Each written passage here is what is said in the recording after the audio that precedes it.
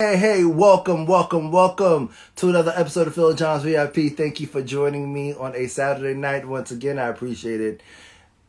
Appreciate you being here. That's exactly what I was trying to say.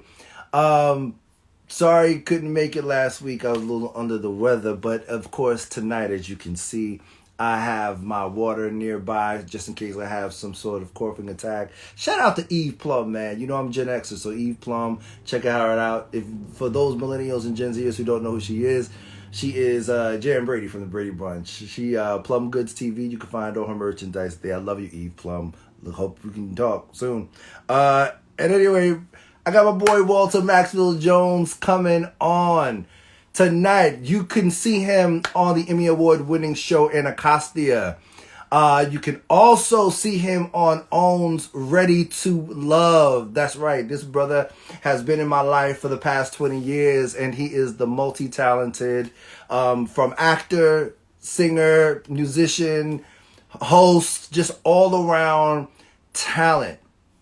Great personality, stellar appearance. He has the it factor. Not many people I say that about, but I will say that Walter does have the it factor because he's just blessed with so many gifts and he is humble with it as well. He has taken time out of his busy schedule. I know we were supposed to do this last week, but unfortunately I was under the weather. But today I'm able to bring this brother on to share our journey with you and also just catch up on what he's been cooking since, I have not seen him, but I'm sure it's always something that's going to be good and certain not to disappoint. So, where you at? I said Walter is here. We'll get this conversation started. Thank you guys for joining me. It's always great to see my folks here on a Saturday night. Here we go. Let me see. Here we are. Maxfield Jones, everybody. Here we go. Happy October. Happy fall. Good. Walter Maxfield Jones. Let me turn Thank this you, my backward. brother. How are Ah, you? I'm good. How about yourself? I'm excellent. Listen. You look like you've been running around. You all right? Man, I've been doing all the things that I've been, uh, like I feel grown today. I spent the day at Home Depot, until Lowe's. So Today yeah, has been your day of chores. yeah, it's been one of those days. Let's see if I can get this right. That's better. That's a Yeah, lot better. that's much better. Thank That's a you. lot better. Let me see if I can I turn this a little better. I don't ever want to That's better. torture professional on his lighting. Now, how you doing, man? I'm good. How are you? I'm fantastic. I cannot complain. There's so much. I was typing up your bio today, and I didn't realize that we have known each other now for 20 years. You know, Yeah, yeah, yeah, it was around 2002. I walked into Warm Wednesdays, as you and Bassman were hosting, yeah, and I tried my best to get on the list and end up getting bumped. yeah. I that's back when I used to be vicious with that list, boy. Yeah, Like, if I didn't know you, you wasn't getting on. yeah, it You was know what I tough. mean? Like, I had to go. I had to just go up and prove myself, and then once I did what I did, people started to at least right? be Yeah, like, "Yo, I yeah. think I know that I've seen this guy before." Yeah. It's funny because there were so many great poets that have a similar story, and they're Mm-hmm. all like, the first time I went, I signed my name up, and I just knew I was going to get on, and I got bumped. And they were like, I drove all the way from Jersey, or I drove all the way from New York, and I can't believe this guy in Baltimore bumped me. And you would go in and you would sign up, and it would be like you would be like number 4, and then you like you would go back to the list. You number 14. Like, yo, how that happen, yo? You can see names getting crossed out around yours. Yeah. Anything you got to do to keep the show moving. Well, I have Yeah, to say, I have to say this first though. I think, like I said, one of the reasons for me even starting Phil John's VIP was to kind of highlight and kind of showcase people that have been positive influence in my journey. And I will have to say that a lot of things, even though if you know Walt is extremely talented, but he's also funny as hell. And anytime he can get a good laugh in, he will. But a lot of what I started doing in independent film was because, well, I auditioned for a film back I think it might have been 2004, 2005, Mhm. and they had totally forgotten me. And I remember I told Walt to come to the auditions, and he came, and You need to he re- actually booked the lead role in the project. So they was looking for. They didn't even know my name. They totally forgot my name. And Walt was like, "Wait a minute." there's so much more to that story because that story starts out with a play called Deception and Oh Denial. man, That's where that story starts. And let me tell you all about Phil John. So, ah, Deception and Denial was this hodgepodge of like people that have never acted before, but were friends of the writer and director. And he just had complete faith that they could act. Right? And walks in, Phil John walks in, he's a trained thespian. ah, man. He's looking around the room like, I cannot work with these amateurs. What is going on here? Yo, that's not true. That's how it started. No. And so my character in this play was a comedian, and Phil's character was serious. And I tried to break him, and I tried to make him break character every chance I got. I was ad-libbing. I was just making stuff up in the script. I hadn't even read the script half the time I showed up. Phil was like, Dude, where? He's not giving me my cue. I'm like, stay in character. there was one time we was rehearsing scene one time, but this one time Walt kept playing so fucking much. I was like, I can't do this. I cannot do this anymore. And he just sat there cracking up. I'm just like, yo, this guy, man. But it's so funny because it's almost like when you joke and kid a lot in rehearsal, but when it's showtime, it's like you go. I do. You just make it happen. You know? However, even though He I won't made it fuck up your happen, process. even though I might mess up your process, yeah, but even when I made it happen, though, when we went back and watched the play, I was like, Phil John stole every scene.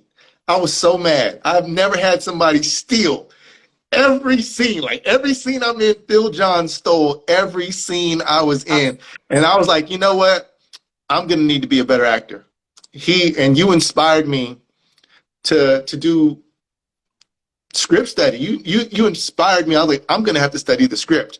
I'm gonna have to get a backstory on my character. I'm gonna have to really go all in. Yeah. Um, and you inspired me to do that because I've never been out acted before. I've never. I was like, this will never happen again. This will never ever Walt is happen again. competitive. And then He's a born you competitor. I am competitive. Then you invited me to an audition for a movie. You were like, you pulled me off to the side. Walter said, Walter, I really think you have some talent. I'm going to this audition. Why don't you come with me? I got a role, and I didn't start out getting the lead role. They actually wrote more role for me. Yeah. And Yeah. because the seriousness that you inspired me to have, I ended up killing it on the set, and they were like, we need to expand his character. So I give that was to your credit. So when there was an opportunity, when they were talking about there was another role, I was like, you guys haven't contacted Phil? And they were like, oh, we remember him. We didn't know. And I was like, I was like, he's We the best forgot to get actor. him. I was like, he'll be the best actor in this film. You guys need to give him a part. And they did. And I remember you were like, Walter, actors don't do that. Like Yeah. nobody, especially because we just kind of just met. Uh-huh. You know what I mean? We only like 3-4 months in to our relationship. And I never forgot, your kindness and your inspiration, and you never forgot mine. And Yeah. we were like tight ever since, man. I to this day, between you and Lamar Hill, you're the reasons why I started acting, really. Yeah. And it's a funny thing because like I find like with you, even having time to get to know you during that time, you would pop up and you would be like, there'd be so many different things that you would never talk about, but I would discover later on. Like I didn't know you knew how to play the piano. Yeah. You know what I mean? Like it was like you just jumped on the piano one day and started playing. And I'm like, well, I know how to play the piano. You know Yeah, what I'm saying? it's one of those things I don't really tell everybody what Walt can do. Like you Yeah. just kind of discover it along the way. When I was young, 7 years classically trained on the piano, I was always doing a lot, and there was always a lot expected of me from my mother. Like she literally expected me to be the best at anything I touched. She was like, "Don't do it unless you're going to be the best at it." And but when you're like when you're raised that way, you end up becoming pretty good at a lot of things. Yeah. And people ask me, well, what can you do? And I'd start running off this list, and it either sounded like I was bragging or I was lying, Right. you know. Right. So I just kind of stopped telling people everything that I could do, and it's like, I play around with this, and if whatever we were talking about, I'd say that's what I do, and I wouldn't Right. tell them about anything else that I did. You know what I mean? Right. Because I didn't want to be a jack of all trades, master of none, and so I just tell people I did one thing. Come to find out later on, there's more to that saying, and being a jack of all trades is actually a good thing. Yeah.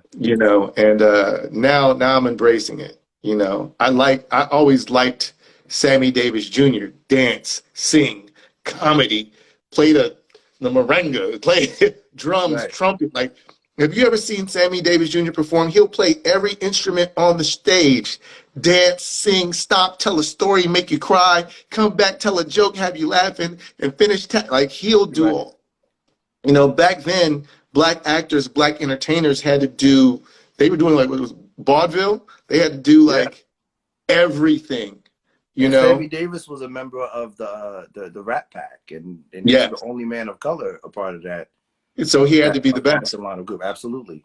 So he had to be the best. You know what I mean? Like he had to be. And so when I think about like, I used to love Sammy. I used to love Eddie. He could act, he could sing, definitely had you cracking up, Mm-hmm. party all the time. you know, love Jamie Foxx. I love when I see somebody, even Will Smith. I love when I see somebody can do a wide range of things.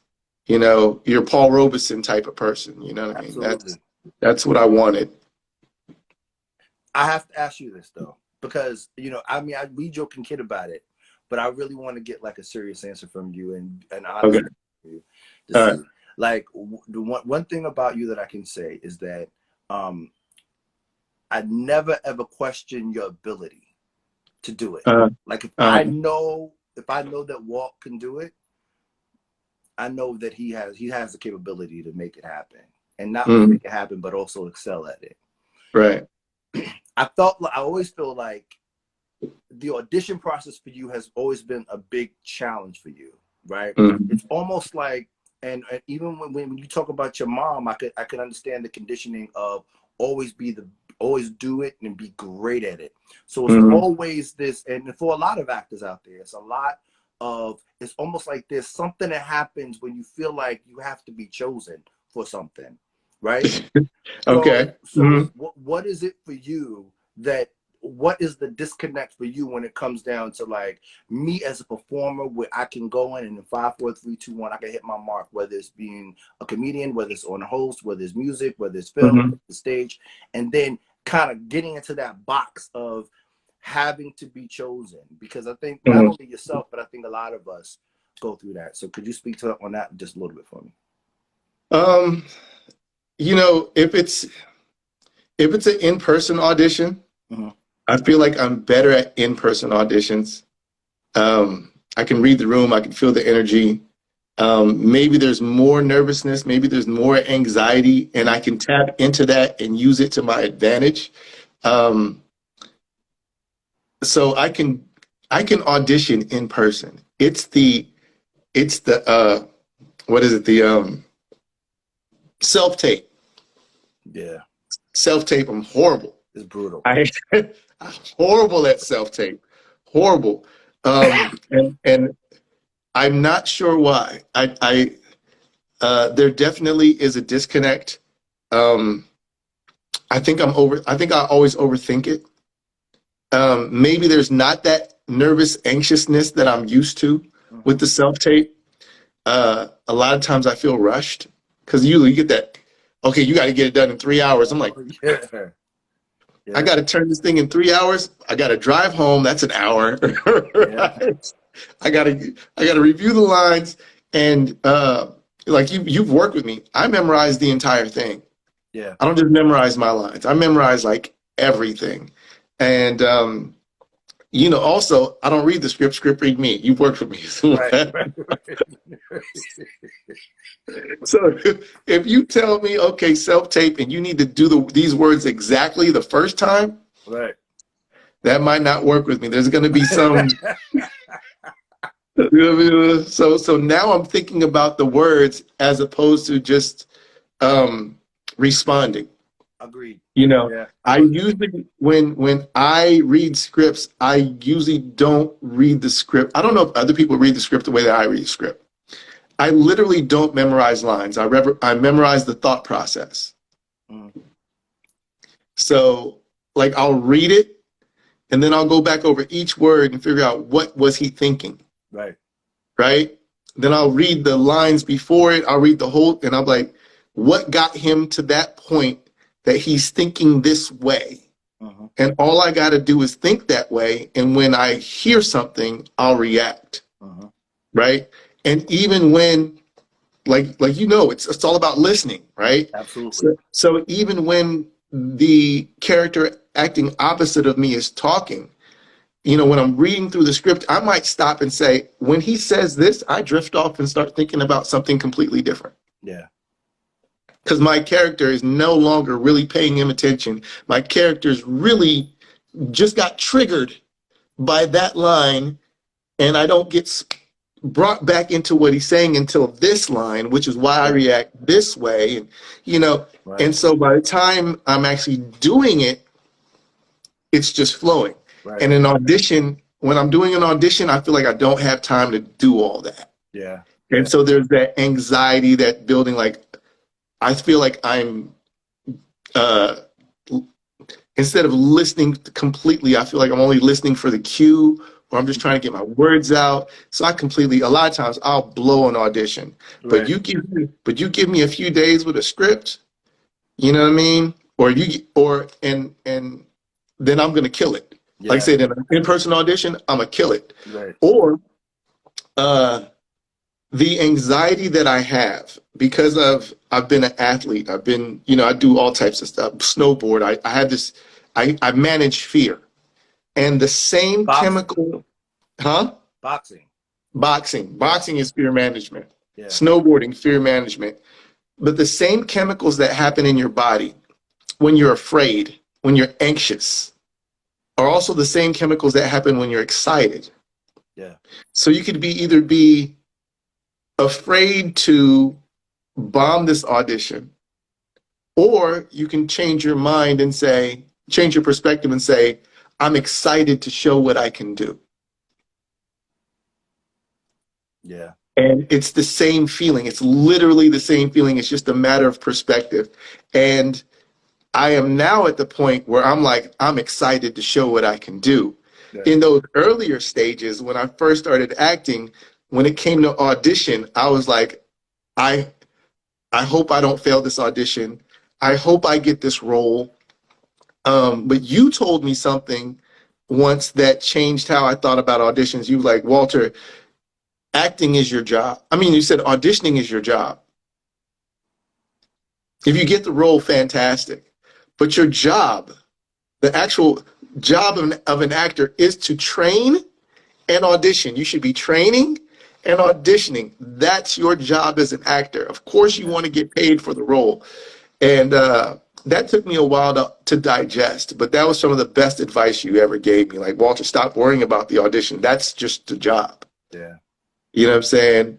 And I felt like getting the role was the job. Like, nah, Walt. the job is training in between and auditioning. Because people don't understand, like, auditioning is where you win your fans. People keep calling you in. If casting directors who are connected, because you never know who's rooting for you on the other side. Right. So if you go in and you're doing a great job, regardless of whether you get it or whether you don't get it, you have people who are constantly rooting for you on the other side, saying, no, if something comes in, I'm gonna remember him. And that's something that I didn't know until I started working on the casting side. Mm-hmm. And I'm like, oh, okay, this is how it's done. Yeah. Because sometimes, go ahead. No. Sometimes it could be something that could be out of, it's like, nah, we're gonna go with the bald guy. Mm-hmm. But we need a guy, maybe, we got the lead actress, but Walter's too tall. We need somebody who's gonna match her height. Yeah. It's that simple, Yeah. and it has nothing to do with your performance. There's so many jewels that you gave me when it came to acting because I was so discouraged. I remember getting so discouraged. And I was like, man, it's because I'm light skinned. All the roles are going to dark skinned boys. If I'm not Makai Pfeiffer or Malik Yoba, if I'm not dark, I gotta grow my hair out to be more ethnic. I gotta show the curls and the naps to be more ethnic. It was I really you were like Walter, like, you know, but initially I didn't think that way. Initially I thought I wasn't good enough. And that's crazy. I remember you telling me, like, Walter, you could have outacted everybody that auditioned, but if the director or the producer didn't see your face as the character, they may take a lesser actor because that's who they visualized as the person, and it has nothing to do with your skills. Absolutely nothing. I used to take it personally, bro. But that's what I'm saying is haunt, that's that competitiveness and being great. But see, everything you touch. That was also my disconnect with auditioning, because going into an audition, I'm thinking if I don't get it, I know it's going to haunt me for weeks. After an audition, I would still read the sides weeks later, like, I could have did it like this. I could have did it like that. I'd be in the car still doing lines from sides of an audition that I didn't get. Right. I'd sit there and torture myself. And I had to stop that. I had to say, you know what, short-term memory, Walt, go in, do the work, leave. If they call you, they call you. If they don't, they don't. They don't, But part of that anxiety, part of that audition disconnect was all of that racing in my head. And then also knowing how much I was going to beat myself up for the little decisions, because there's 100 decisions you can make, right? 100, absolutely. It's 100 different, and out of the 100 decisions, 30 of them are right. You could do one thing 30 different ways. You know what I mean? Like inflections of your voice, anger, whatever it may be, cold. And I would play with it so much, but I had to let that go. Now I'm like, play with it after you get the role. Do the audition. The big thing about auditioning, like you said, just be unforgettable. Yeah. That's it. Whether you get the lines right, that's it. Whether you just be unforgettable. I don't care if you do something wild, just be you. If I'm gonna live and die, I want to live and die on who I am. Not because I tried to play this character, not because of some bravado I tried to add to it. The camera will tell the truth. And if you're not telling the truth, the audience or the directors and the producers are going to see it when they play it back. You know what I mean? So you just have to be honest. With that character. And if you can, and if you can't be honest with that character, be honest with yourself. Yeah. And at least they'll get to know you. Does that make sense? Totally. And they'll be like, I can use him here, or I could use him there. But at least they know who you are. Right. Yeah. I'm so proud of you. Like I see your growth, man, and I'm just extremely proud of everything that you are touching. But I want to talk about this because I think this is probably the longest project you worked on. And for those people who watch a lot of online soap operas, Anacostia. Yeah, that was long. Let's talk Anacostia and just what was the journey to that? And I know you was on the show for a little while and then left, and then it's like the character keeps coming back and keeps coming back, keeps coming back. So why do you think Anacostia 1 resonates with people the way it does? And why do you think your character does the same? It was different.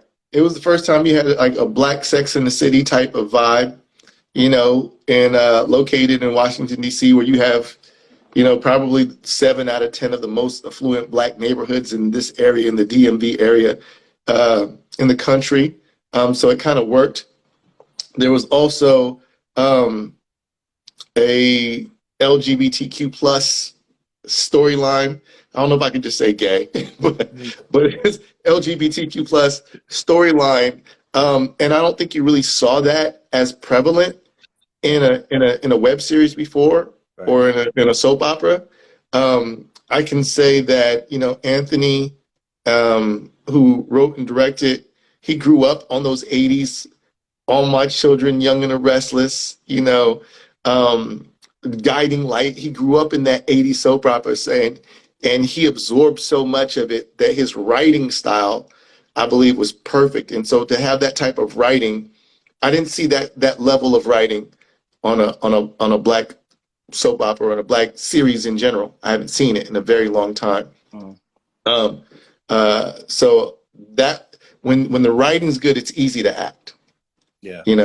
When the writing's good, it's easy to act. My journey, for as far as that was concerned, I was cast in another movie, a small role, and somehow, producer, director, writers started beefing on that set, and Anthony ended up leaving that set.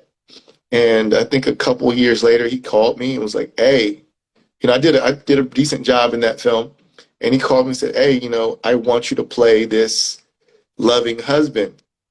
And I just got finished doing Torn and a couple other films where I'm just like this loving, soft, husband. Always, always. Always. For some reason, well, people want to like you. People Uh, like to like you. to know me is to love me, man. I mean, what can I say? But and after Torn, I gained 35 pounds for Torn. I wanted to be like the dad, the husband that got comfortable, or what I mean, in the marriage and the family, and lost my sexy. What I mean. I tried to like be that guy in Torn, and so when he offered me the role, I was like, no, I don't want that role. And he was like, well, the only other role I haven't casted is the villain. He said, but he doesn't have a lot of lines. He's not, a main character. And I was like, I don't care, I'll take it. And he was like, you can't just take it because I don't think you have that in you. I don't see villain in you. When I see you all see each other, I don't think you can pull that off. I don't, no, Right, no, I right, don't see right, it well. right, And right. I was just like, I can do villain. I can do villain. And he was like, you're going to have to audition. And if you blow the audition, you're not going to be in the series at all, because I'm going to give the role that I'm offering you to somebody else. And I was like, all right. And I remember showing up to that audition. I think I had this. Remember when I said, if you give me time with the sides, right? I had that side for about a week and a half. That's I wow. started living. I started living the character about 3 to 4 days out.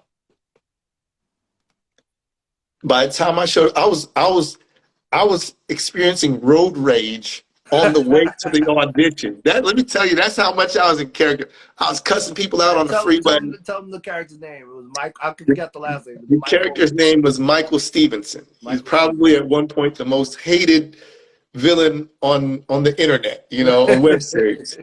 And I got to the audition. I remember being mean to the girl at the front desk who was passing outside. She was like, "Here's your side." I was like, "I got it." She was like, "Well," I said, "I already got my sides. I've been had my side. Like, come on." Like, and I looked around the room. I was like, these other actors that didn't get their sides. They're just now looking at their sides. Fuck out of here. You guys, there's no fucking way you guys are getting this fucking role. Like, you just looking at your sides now? Fucking walk out. Dude, I was acting an ass to the actors in the waiting room. And it's funny because you know how it is when you audition locally and you see guys that always show up to the auditions and the guys that always get the roles. So there's like four or Yeah. five. Roger Payano was there, I think. There's like Wow, that's going way back. Love Roger, right? And he Right. ended up moving to LA and getting all these great roles, you know what I mean? Yeah, he's And on so, Land. No, he made a couple of guest appearances on P Valley. right, Yeah. exactly. So um, it was like him and like four other actors that all were my height, my Hmm. complexion. I walked in, they were like, fuck. Yeah. That was definitely your competition, though. Yeah, He absolutely. was. He definitely was. There's roles Yeah. that he got that I didn't get. There's roles that Yes. I got that he didn't get. You know, we were definitely back and forth. Every time I saw him, I was like, okay, it's going to be between me and him. Right. Right. And I went into audition. I did the audition with Tamika Chavis, who is a great actress. And she broke down and cried during her scene. And she ran out. And Anthony ran after her. And when she came back, she said it was too real. I had actually experienced an emotionally abusive relationship, That's and crazy. that's exactly how he did it. Wow. And I got the role, and I Wow. loved it. I loved it. I loved being a villain. I feel like there's less thought process when you're a villain. I think the villains have like the thought process of a 2-year-old. It's very selfish. Right. It's very like mine, me, me. You know, when you're a nice guy, you have like this whole range of emotions and thoughts that go through your head, you know, whether to do right or wrong. Villain is just like me, Right. whatever I want. Right. That's it. Exactly. You know what I mean? Right. There's that narcissistic, And um, it's the part of you that you can cut off, like yeah. the part of you, who you are as a person, that Mhm. you are very considerate. And you consider the outcome before you do something. Where when you playing the villain, you don't. There's nothing to consider. Right, exactly. Yeah. When you consider other people's feelings when you're the nice guy. Right. And the villain's like, I don't give a fuck. Like, you know, what about this dude's feelings? Right. You know? And it was fun. It was fun. I loved it. I love playing. And I ended up getting cast as a villain. Like my next 3 films, I got cast as a villain because of it. And like I said, it's so much, I hate to say it's so much, it's easier, it's so much more fun. Right. And a little bit of it trickled into my personal life. Because I was like, I do need to be more selfish. I do need to take care of me. I've been too considerate. So let me ask you this: how in the world did you end up on a reality TV show? Ready for Love Oh, aired on OWN last fall, and Walter face was everywhere. So um, how did that happen? And at I, first, if for anybody who saw the show, I was kind of mad that old girl kind of left you on the bridge like that. I was like, how you gonna hey, do that? you But know, how did that even come about, and what made you say, well, I know what possibly could have made you be like, because I know you down for the to get down. Like, yo, fuck it, let's do it. But right. what was it that said, I would like to tackle this? It was boredom. Yo, Walt. What? It was 2020. It was COVID. It was real COVID-y outside. We wasn't going out. Um, no, but all that had something to do with it. COVID hit. I had broken up with my girlfriend like a year before, maybe like 9, 10 months before. And I was like depressed about it. Like I really was like broken up about it. And I was going through that whole healing process. Mhm. And I really wasn't dating like that. I wasn't going out. Anytime people were asking me to do something, I was like, nah, I don't want to do it. And I remember one of my boys was like, well, you're not going to meet anybody new if you don't go out, Right, right, right, you right. know? And I was just like, man, I don't care. And I just said no to everything. I was just like, no, no. You want to do it? No. And then maybe about 2 months before I got a phone call, I was like, well, just start saying yes to everything and figuring it out later. I'm just gonna start saying yes to everything. Fuck it. Right, You right, want to go to right, the movies? Yes. You want something to eat? Yes. Whatever it is. Yes. I don't care what it is. Yes. Want to go bowling? Yes. Right. And I got the phone call from a producer that I had worked with on a movie, and said, "Hey, Walt, Ready to Love's coming to DC. I think you'd be great for it."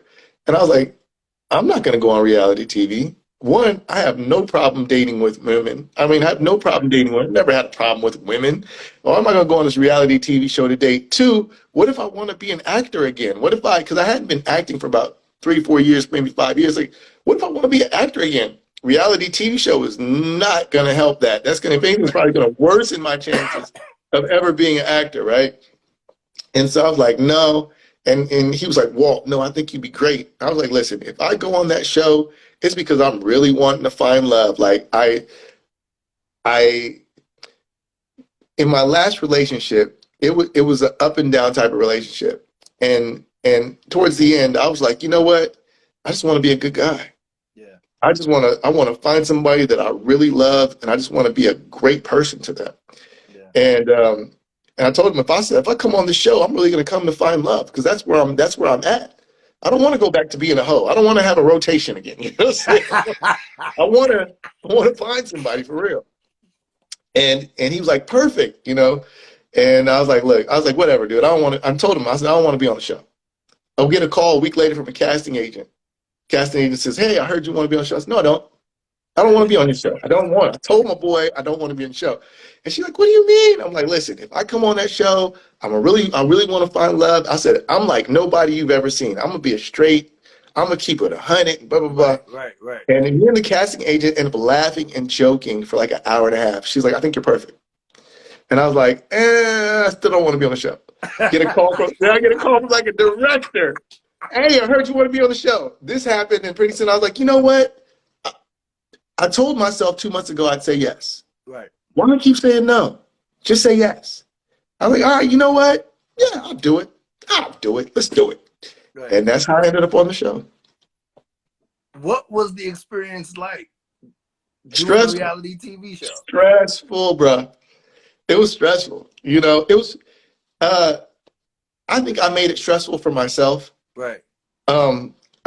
Because, like I said, I was going to keep it 100 anyway. Right. But if you're dating 10 women at the same time, and all 10 women are on a group chat, anything you tell one person, they gonna tell Walter told me this. If you buy somebody a gift, or you do something extra that's not on camera for somebody, right? Oh, Walter bought me tires. I'm like, yo, that was supposed to be between me and you, like, you know. And then it's like, oh, I heard you. You being, you know, Zaddy of the year now. I'm like, oh God. So I was like, all right. I'm not gonna holler at nobody. I'm gonna present myself, and whoever like me, and I'm gonna keep it so cold that, you know, nobody's gonna be able. Oh, I heard Walter. I heard you did. Yep, I did it. Yep, I did it. Yep. Mm-hmm. I did that. I said that. You know, I just kept it so 100. Right. And but it was stressful. Like, you know, you don't want to wear. You can't repeat outfits. You're filming almost every day. Right. You can't repeat outfits. You start really looking at your wardrobe. Like, how many outfits do I actually? They ask you to wear bright colors and jewel tones. I'm like, yo, my wardrobe's black and white and gray. There might be some brown and some olive thrown in there, but most part, yo, that's crazy, man. You know, I think the reality experience is always frightening me, because I feel like it becomes like a social media war. It is. I think that people have to keep your numbers up in order to stay relevant. You know what it was for me? There was a few things I had to figure out. One, I had to stop giving a fuck. Right. When I stopped giving a fuck, I had a great time. When I stopped giving a fuck about my wardrobe, when I stopped giving a fuck about everything, like I'm here now, and we about to do whatever it's gonna happen. You know what I mean? Yeah. That's part of it. But what I found was I had to stop looking at the trolls on IG, because I realized it's not about me. People are projecting their personal trauma onto you. If they ever dated a light-skinned dude and they're like, I know how these light-skinned niggas is. Walter ain't shit. Walter ain't shit. He looks just like my. You know what I'm saying? And I'm like, you don't even know me. Right. All y'all light-skinned, ain't shit. Ain't shit. Ever since Chico the Barge. You know? Got out of jail. Y'all know that shit. Yo, you stupid. Ever since I'll be sure did this. That's when I stopped liking light skinned dudes. When Right, I'll be right, sure right, did right, this, right, right, right, it was right. over for me. Do you wanna? So listen, has it shifted since? Has the energy Um, shifted since the show ended? And are you okay with how the show ended? I am perfectly fine with how the show ended. Perfectly fine. You know, uh, I like I said, it's like the audition process, like short term memory. You know what I Right. mean? Um, no I mean, regrets, because no at the hard. end of the day, it's a gig. It's a gig. Yeah. No regrets, no hard feelings. So I'm perfectly fine. Even like I said, when I went on the show, I was like, I'm either gonna find love or somebody out in TV land is gonna see me and reach out to me and they're gonna love me. That's really how I felt. So I feel like and I also said, how many people get 15 minutes of fame? True. Worst case scenario, that's my 15 and I'm good with it. And maybe it'll lead to something else. I always just think maybe it'll lead to something else. Um, as far as the You're internet already trolls, famous, Walt. It's just the world's got to catch up. the crazy thing was I've already felt like, I already felt like like, I don't need this show. Like I've been popular. I got a movie on Amazon Prime right now. I ain't tripping. I think maybe a So few. yeah, right. Yeah. Tubi. I got a hood film on Tubi, nigga. What, nigga? What? No, I got a hood film on Tubi right now, boy. No, but so yeah, I looked at it that way, and it worked out for me, man. Honestly, I found love, not on the show, but beyond the show. Yeah. Uh, as a result of, I think I saw that. yeah. So that happened. You're not a Um, Leo, though, right? no, stop it, stop All it. right. All right. I ain't got stop it. I love Leos. I ain't got no problem with Leos, man. Good. um, so no, Virgo. Okay, that's good. Yeah. Yeah, that works. It works. And let me think, what else? Yeah, and as far as like the trolls are concerned, it's not my business what other people think. Yeah. Yeah. What other people think is it's not my business. So I I don't learned really that know. doing commercials. Really? Believe it or not, I did it when I did the Church's Chicken commercial That's years classic. ago. Um, You I bit the think shit out that chicken. Yo, I ain't fucking with you tonight. Yo, we gonna get through this, yo. I ain't fucking with you. Yo, listen. How many pieces of chicken did you have to bite? That's what I wanted. Well, I hate you. Oh man. Well, I can't even say my point. I was trying to make a point.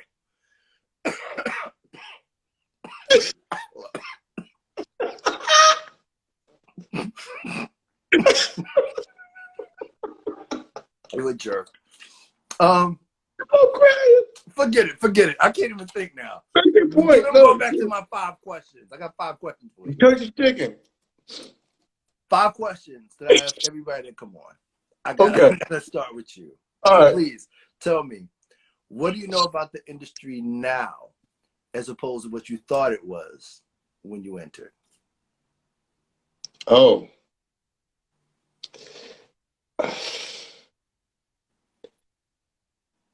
Editing is a motherfucker. Like, it's beyond your control. You can just do what you can. Do the best you can. Try to make every moment memorable because you don't know what's going to make the floor. Yeah. You don't know what's going to make the cut and what's going to be on the floor. And I think we covered a few points as well. Sometimes it has nothing to do with your ability. If the director has a vision for who he sees, that's what it is. So sometimes somebody will get a role because he looks like another actor. Mm-hmm. Oh, he's Eddie Murphy-esque. He's Murphonic. Yeah. He has Murphy-isms. You know what I'm saying? Can you be more Murphy-like, Walter? Walter, can you be more Murphy-like? Can you, you know? So, like I said, that part, when I decided to really just start being myself, things became a lot better for me. What advice would you give your 19-year-old self? Invest in Amazon. If I would have put $1,000 in Amazon when I was 19, I'd have 47 million right now. And I could pursue my career as an actor without having to worry about eating and lights and rent. Yeah. And, you know what I'm saying? But I would have told my 19-year-old self the advice that you gave me. Like, just work, train, audition, audition, audition. The energy that you put into your craft will pay off. Is the energy that the universe will send back to you. It's like anything. It's those 10,000 hours that people talk about. But you can talk about 10,000 hours, but it's really about perseverance. Yeah. It's really about not giving up. It's really about energy. And the energy that you put out is the energy that you'll attract. And when it came to boxing, the energy that I put into boxing ended up putting me in positions to be sparring with world champions and become a boxing coach. The energy that I put into acting eventually turned into films distributed worldwide. It's wherever you put that energy. And training keeps you in a constant flow of that energy. And I feel like I would have made it a lot farther, a lot sooner, had I trained and stayed in that mindset of focusing and honing in on my craft.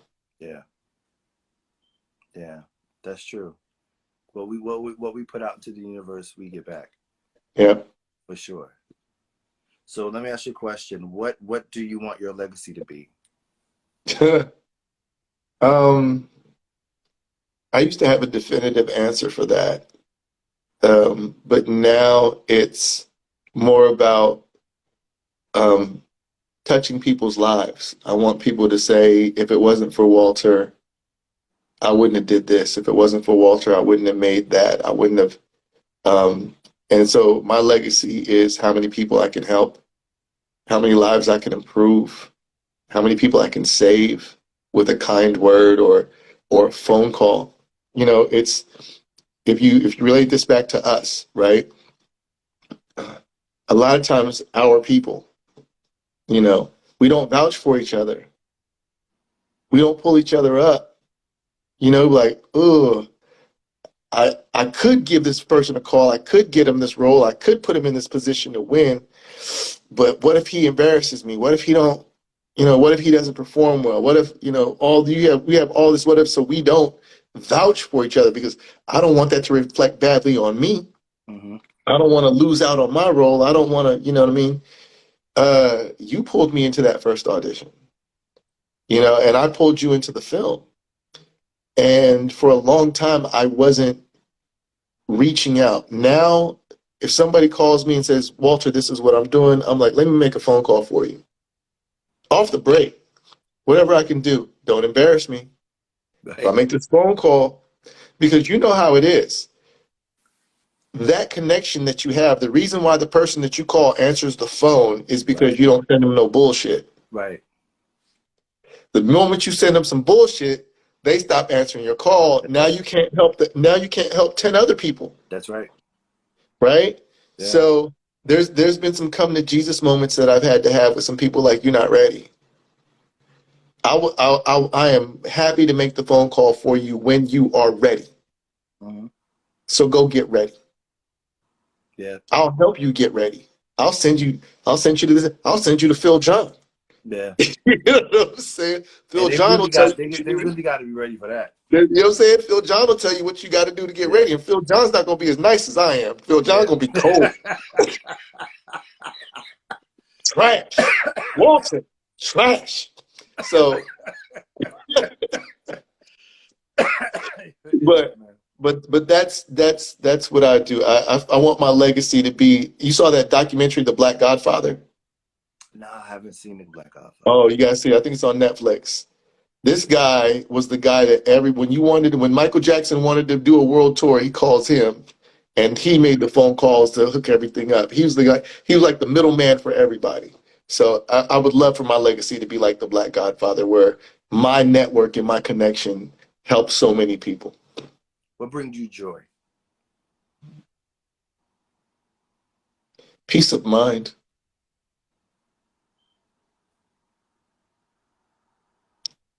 Peace of mind, bro.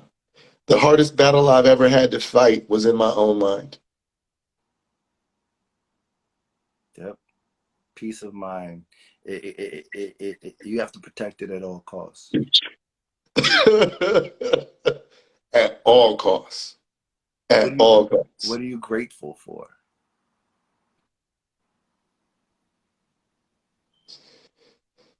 Everything. I try to stay in a constant state of gratitude at this point. I don't ask for anything. When I pray, I don't ask for anything. I just say what I'm thankful for. So I'm in a constant state of gratitude. Like I say, it goes back to energy and manifestation. So, Mm-hmm. I don't complain about bills. Instead, I'm grateful for having the money to pay them. Yeah. You know what I'm saying? That's going to manifest and bring more money to me. Yeah. As opposed to if I complain about bills, I'm going to get more bills. Yeah. Right?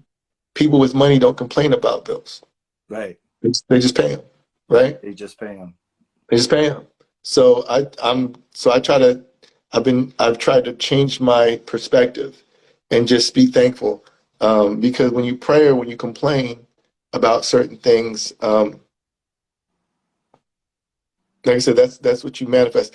Well, they say wisdom is the only blessing you can have that doesn't have a trial or tribulation.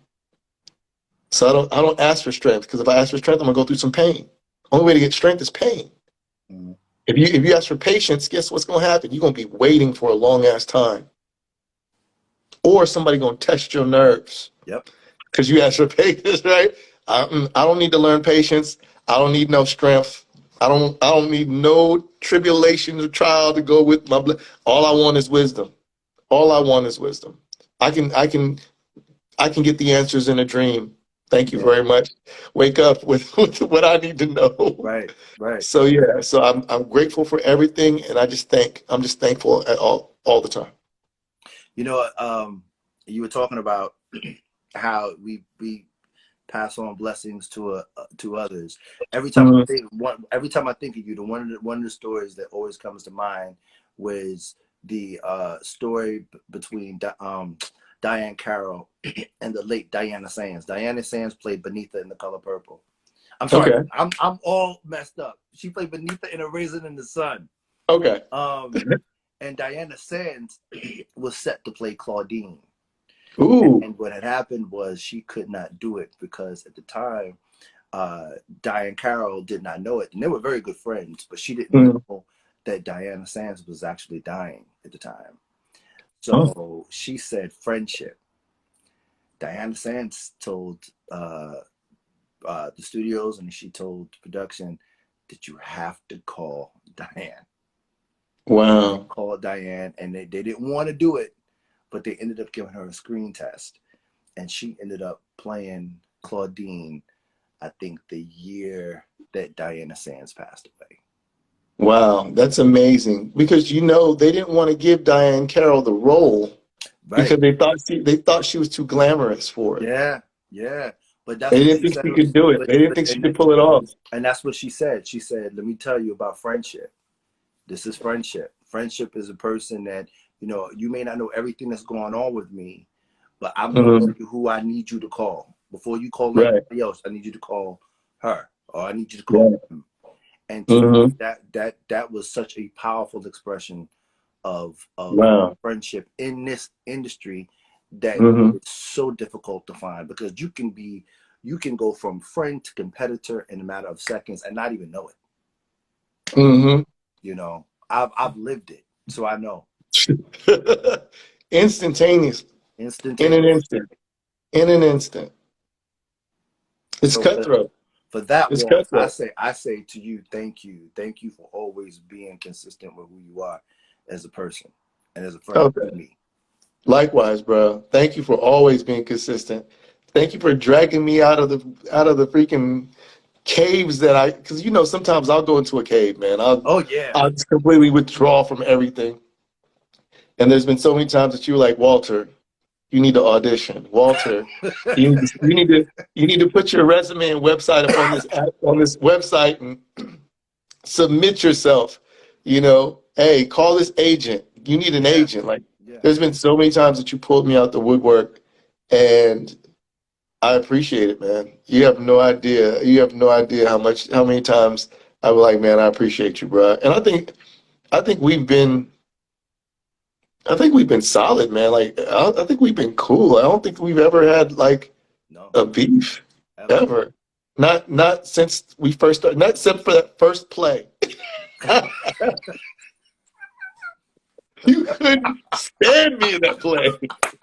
He doesn't know his lines.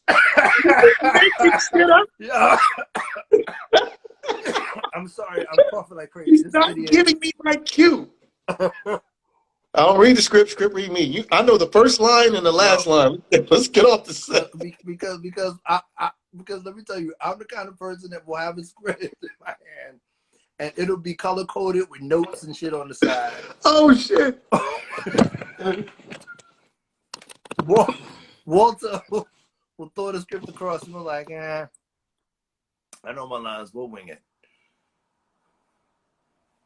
And he's gone. You see what I'm saying? He's gone. I don't even know if I'm going to be able to get him back. Walt, are you there? If you're not there, that's great. It's all good, my brother. Thank you so much for joining me on this episode of Phil John's VIP. I am so grateful and thankful for everyone who's had the opportunity and willingness to come in and share with me. Until we meet again, thank you so much. I appreciate the love. I appreciate the opportunity. And I'm so grateful to be on this journey along with all of you. Until next Saturday, stay blessed, everybody.